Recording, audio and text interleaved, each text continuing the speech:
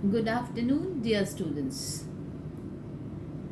As we all know, that in our previous classes we discussed part 1 and part 2 of Portrait of a Lady. The two situations in the two seasons, the winter and the spring, have been discussed. Now we are coming to the third situation. And the lines go. The October night comes down, returning as before, except for a slight sensation of being ill at ease. I mount the stairs and turn the handle of the door and feel as if I had mounted on my hands and knees.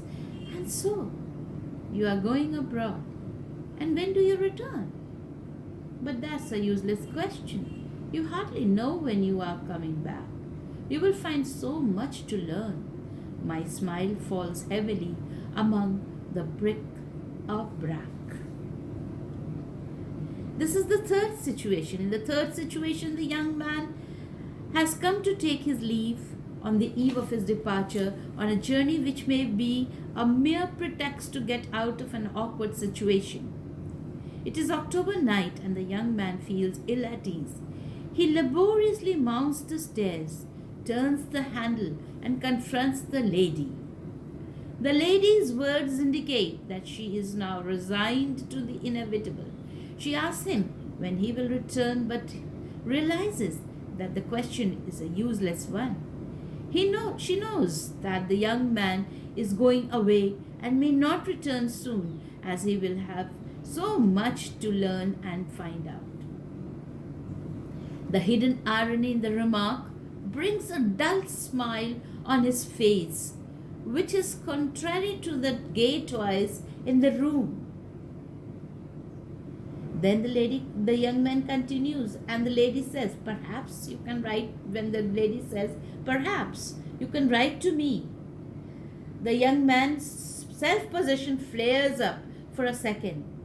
This is as I had reckoned.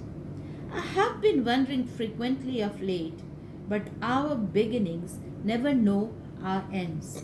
Why we have not developed into friends?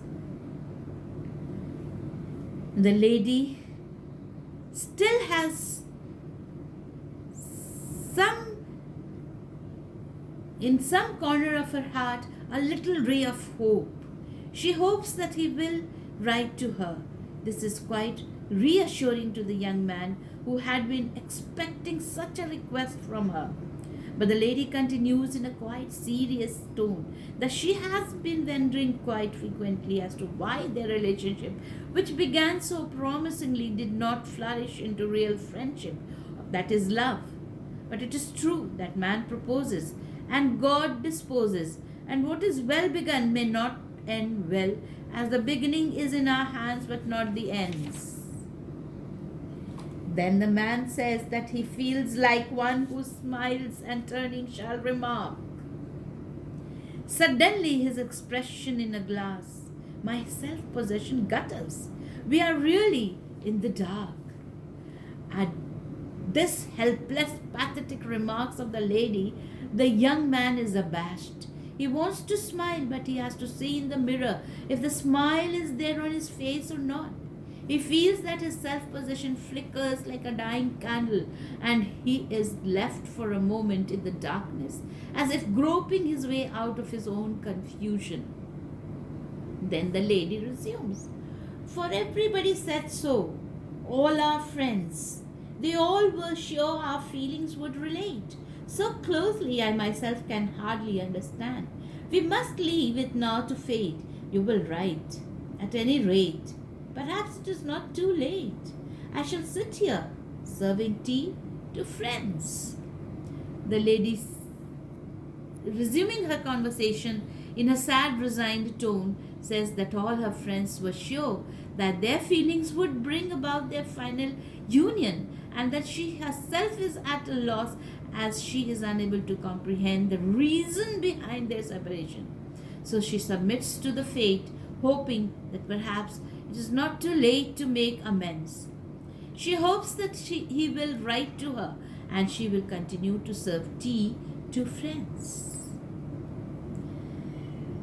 In the lines that follow, we see that the young man is a bit demoralized. And he says, and I must borrow every changing shape to find expression, dance like a dancing bear, cry like a parrot, chatter like an ape.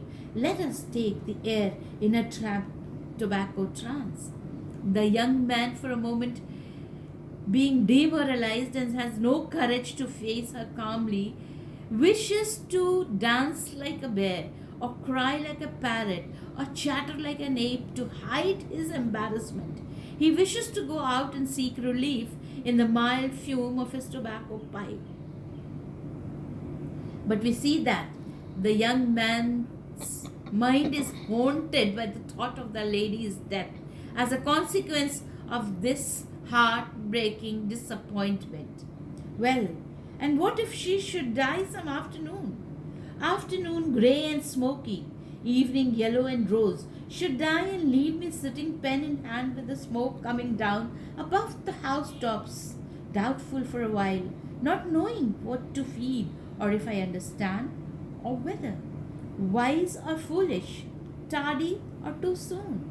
Would she not have the advantage after all? The young man, not being sure about his own feelings and being very apprehensive of the lady's death as a consequence of her heartbreak, is disappointed. He tries to guess his own condition after getting the news, which will certainly leave him motionless, puzzled, and doubtful about his own reaction, unable to feel and understand. He realizes that sooner or later he will have to admit that the lady was on the advantage side. She definitely had an upper hand. And the poem ends with these three lines. This music is successful with a dying fall. Now that we talk of dying, and should I have the right to smile? The young man's attention is diverted. Then the dying fall of the music diverts his attention and he feels that it is perfectly in tune with his state of mind created by the thought of the possibility of the lady's death. This diversion hardens him a bit and he feels a little courageous, yet is still doubtful if he should smile and dismiss the matter forever. As far as the central theme of the poem, the tone, the style are concerned, it is a Jamesian piece, although there are many echoes of Lafayette. Eliot, as well as James, deals with the personal relationship which fail. The remarkable feature of the poem is the adaptation of the style and rhythm of the society conversations, fine play of irony, and the subtle adjustment of the rhythm of heart and the rhythm of the lines. The structure of the poem is quite musical. It is a symphony in three parts, and the variation of tone can be found within its single parts even. The contrast between the subdued but noticeable sadness in the tone of the lady and the unmoved rationalism, devoid of any real sense of remorse, of the young man is kept up throughout the poem. The result is that Eliot creates an atmosphere charged with genuine pathos, which is quite rare in him. The balance between the human mood and the external atmosphere is quite well maintained throughout the poem. This is undoubtedly the proof of the technical success which Eliot has achieved in his poem. So this was the end of the poem Portrait of a Lady. We have seen that the love that was not being reciprocated has been beautifully picturized here, and that itself is a characteristic of the modern age and the anxiety that ensues from there. In the next class, we'll take up the next poem, that is The Hollow Men. Till then, have a nice time and stay safe. Thank you.